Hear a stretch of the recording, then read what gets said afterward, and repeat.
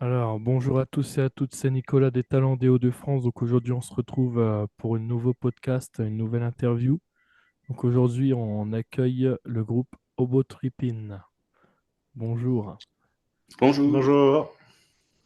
Euh, bah, Tout d'abord, on va commencer à découvrir un peu le groupe. Est-ce que vous pouvez vous présenter en quelques lignes? Moi, c'est Simon. Je suis le guitariste chanteur du groupe. Euh, Moi, c'est John, je fais de la basse, batterie, percussion et des chœurs. D'accord. Et justement, présenter également qui est justement Hobo Trippin. Hobo Trippin, c'est un duo. Nous, on dit de post-folk. On pourra en revenir dessus si tu le souhaites, mais voilà, c'est vraiment de la folk, voilà, sous la forme, notre forme à nous, depuis quelques années déjà, comme ça. ouais, c'est de la post-folk. Voilà, c'est là, on est vraiment sur de la composition en mode post-folk. Donc c'est de la folk traditionnelle, enfin pas traditionnelle, mais des codes de la folk entre guillemets, avec les influences d'aujourd'hui, des musiques actuelles. Donc des groupes qu'on écoute, des influences qu'on a et ça vient nourrir cette folk-là, quoi. D'accord. Et justement, la question, c'était aussi quelles sont vos principales influences? Moi, c'est Jeff Buckley, Portishead, Radiohead. C'est des trucs qui me touchent énormément. Puis après, dans les trucs un peu plus classiques, il y a les Bob Dylan, les Neil Young. Les... Pour les trucs un peu plus obscurs, il y a peut-être Nick Drake et Jackson C. Frank aussi. En fait, on a toute une partie d'influence vraiment comment dire ça, des États-Unis, de la folk, un peu aux origines, les choses plus roots, même certains groupes un peu plus récents, C60 ou des choses comme ça qui nous influencent beaucoup. Et puis Simon et moi, on écoute aussi beaucoup d'autres choses à côté. Moi, j'écoute beaucoup de soul, beaucoup de trip-hop. Ça peut passer de Sharon Jones, Black Pumas, au trip-hop, Massive Attack, Portishead, Radiohead, on a aussi ça en commun, énormément de choses et voilà, tout ce qu'on aime comme ça vient nourrir un petit peu la folk qu'on a.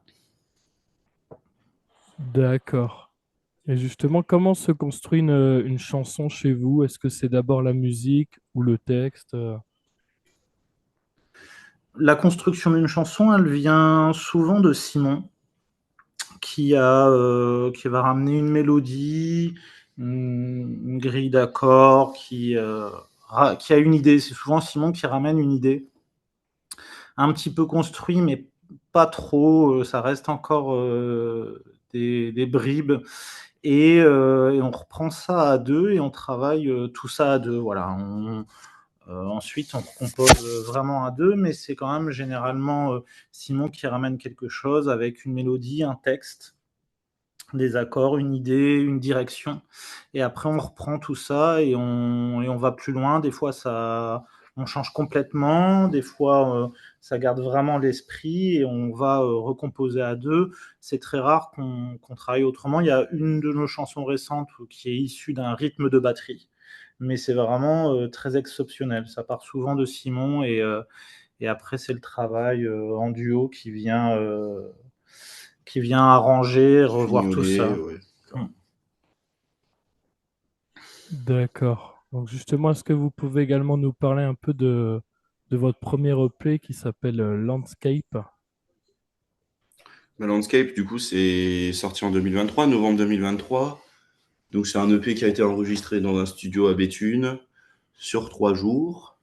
C'était vraiment dans l'idée, l'envie de pouvoir, comment je dirais, c'est comment tu dis toi, c'est une édition promotionnelle, l'EP, c'est ça un Oui, peu l'idée? c'était vraiment un objet de présentation. C'est ça. En fait, c'était vraiment notre idée. Et comme c'était notre premier enregistrement, on a vraiment voulu l'avoir le plus fidèle et le plus brut possible, le plus raccord avec ce qu'on faisait à deux. Et de ce fait-là, on a vraiment enregistré tous nos morceaux en live, en direct, sans métronome, sans rien, sans trop d'arrangements. On avait vraiment voulu faire le truc le plus brut et le plus fidèle à ce qu'on faisait à deux en live.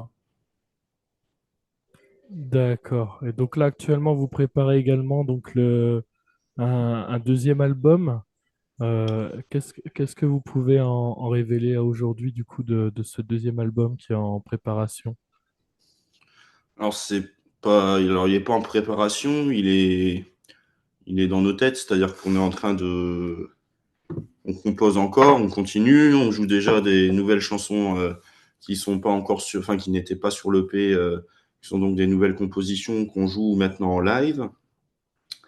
Donc là, l'idée, c'est qu'on continue en fait de composer et évidemment, euh, comme on compose des nouvelles choses, la finalité, ce sera d'essayer effectivement de les enregistrer.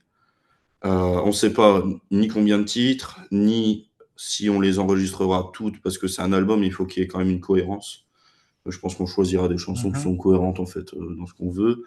Donc non, pour le moment, il y a pas vraiment ni de date, ni il y a une période peut-être genre un truc où on commencerait peut-être en fin 2026, mais très franchement, il n'y a pas vraiment de réelle date quoi. Ouais.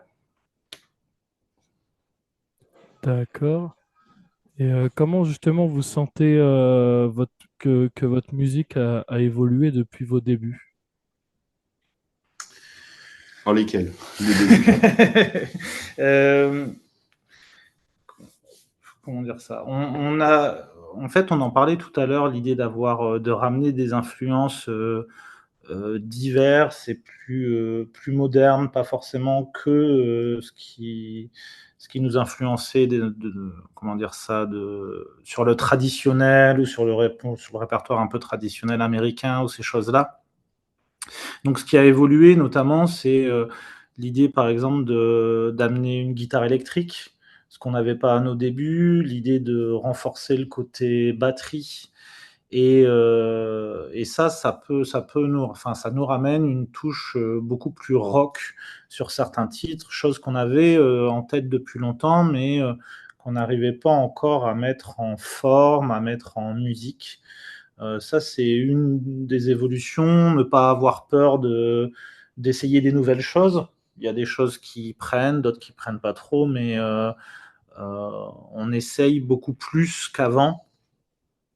On se bloque moins sur le côté duo acoustique pur. Voilà, si on veut arranger des choses, amener des nouvelles choses, on hésite beaucoup moins à le faire. D'accord, très bien. Et au niveau de la scène, vous avez des dates de prévues prochainement? Oui, là, sur l'été, on a quand même pas mal de concerts. On peut retrouver tout ça sur les réseaux sociaux, sur le site internet du groupe. Un des beaux concerts là sur la fin de l'été, le 31 août, on sera au Festival Rock R4 du côté d'Amiens, à Revel précisément. Et puis après, septembre, ça bouge encore. On a à nouveau des dates. Là, on vient de voir pour faire un concert à Saint-Quentin. Enfin, j'ai plus toutes les dates en tête. Mais effectivement, là, sur août et septembre, on peut nous retrouver dans pas mal d'endroits. Ouais. Et jusqu'à aujourd'hui, quelle a été votre meilleure expérience live? Il n'y en a pas, hein. C'est tous les lives sont différents, les publics sont différents, tu te retrouves dans des petits lieux où tu as l'impression que ça va être vraiment chiant et ça ne l'est pas du tout. Parfois, tu prends vraiment des claques et puis ça dépend de plein de choses. Tu vois, c'est les conditions qui sont parfois et que tu contrôles pas qui font que parfois tu vas faire un succès fou. Tu vois, nous, on a déjà joué vraiment dans des petits trucs, c'était Mmh. avec une ambiance de fou. Tu vois, par exemple, au Main Square, ce qui s'est passé, c'est que malheureusement, il y a eu un problème avec l'ouverture des portes. Et finalement, on n'a pas joué devant tant de monde que ça, tu vois. Et donc ça, c'est un peu dommage parce que du coup, ça nous a fait un concert où on s'attendait à quand même beaucoup plus de monde. Et bon, finalement, on n'a pas eu tant, tu vois. Donc tout ça, mais ça, c'est des choses qu'on contrôle pas en fait. T'as plein de facteurs comme ça qui sont pas en ta possession, que tu ne maîtrises pas. Donc il n'y a pas vraiment de meilleure date en fait. Il y a des dates qui sont pas cool quand, Mais, quand tu fais la plante verte, mais ouais, en fait, on n'est pas forcément toujours très bon en anecdote pour citer le meilleur truc, le meilleur machin, mais c'est dur à dire parce on passe des super moments effectivement, comme disait Simon, carrément. dans des lieux où on a déjà fait des concerts, où on est dans un tout petit lieu et on a joué devant 30 personnes et c'était franchement en ressenti, c'était le Stade de France. Et on a déjà joué dans des lieux où, comme tu disais Simon tout à l'heure, ça on faisait un petit peu plante verte. Bon bah ça c'est quand même toujours un peu moins Excitant, plaisant, ouais. excitant. Et puis après il y a des fois c'est les conditions. On a Mais déjà c'est fait ça. des concerts où on prend l'eau. Bon bah ça par contre ça reste pas toujours les meilleures expériences. Bah, par exemple, Euh, tu vois, le Main Square, typiquement, tu es dans des conditions exceptionnelles, tu es accueilli, t'es avec des. En plus, nous, là, pour le coup, on était à la maison, donc on ouais, connaissait c'était top. la technique. Pour nous, c'était très agréable. On était vraiment chez nous avec plein de gens avec qui on s'entend très bien et la technique, c'est Super son. super et le son est Ouais. super. Voilà, ça, c'est agréable de vivre cette expérience sur scène, évidemment. Mais tu vois, si tu prends d'un point de vue public, bah, en fait, là, pour le coup, ça ne l'était pas, typiquement. Voilà. D'accord.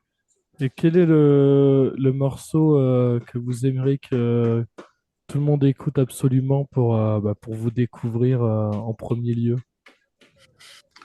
Ah bah, du coup, c'est le plus vendeur. Euh, Moi, c'est Smelly Dog, souvent qui ouais, passe bien. dans notre premier EP, on a souvent des retours sur la chanson qui s'appelle Smelly Dog. Euh, après, à partir du moment où les chansons, on les enregistre et qu'on les diffuse, forcément, c'est qu'on les aime tous aussi, quelque part. A contrario, enfin, en dehors de cette chanson un peu tube, entre guillemets, on a une chanson qu'on affectionne quand même beaucoup qui s'appelle Landscape, Hmm. qui est un petit interlude très posé, très doux. Ça, c'est pour les mélancoliques, tu vois. Ceux qui aiment bien la douceur, et ils aimeront le landscape. Non, mais c'est vrai que Smelly Dog, c'est le morceau je dirais, qui se donne le plus facilement, en fait. Parce qu'il a un truc un peu, comment que tout le monde a un peu déjà dans la tête. Alors, à notre sauce, évidemment, mais je pense qu'il y a quand même un truc que tout le monde a déjà dans la tête. Ce qui n'est pas le cas de Beverage, quoi. Ouais, bien sûr. D'accord, très bien. Bah, en tout cas, moi, je pense avoir fait le tour un peu sur le projet. Donc, en tout cas, pour tous les auditeurs, n'hésitez pas à aller suivre les réseaux sociaux et le site internet du coup du groupe. Et puis, je vous remercie également pour avoir répondu à mon invitation dans ce podcast. Merci à toi, Nicolas. Bonne journée!